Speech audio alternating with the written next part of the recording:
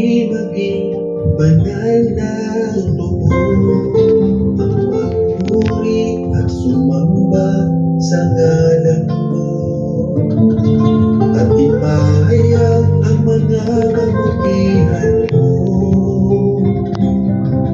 Aming Ama, ngayon kami turuan mo ng pagsamba sa katotohanan at Espiritu.